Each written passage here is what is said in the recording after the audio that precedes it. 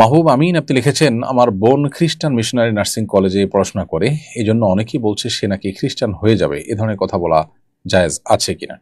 খ্রিস্টান missionary nursing কলেজে পড়া বা খ্রিস্টানদের ধর্মীয় কোনো শিক্ষা প্রতিষ্ঠানে পড়া, এটা মৌলিকভাবে কোনো ইমান বিধ্বংসী বা ইসলাম থেকে খারিজ করার মতো কোনো বিষয় নয়। বিধায় আপনার বোন সেখানে পড়লেই যে ইসলাম থেকে খারিজ হয়ে যাবে এরকমটি বলা সঠিক নয়। তবে সেই সাথে আহ এও আমাদের মাথায় রাখতে হবে যে এ ধরনের প্রতিষ্ঠানে যদি কেউ পড়াশোনা করে, তাহলে সেক্ষেত্রে অনেক সময় এই প্রতিষ্ঠানগুলো সুকৌশলে শিক্ষার্থীদের মধ্যে তাদের চিন্তা চেতনা, তাদের ধর্মীয় বিষয়গুলোকে তারা অনুপ্রবেশ ঘটানোর চেষ্টা করে।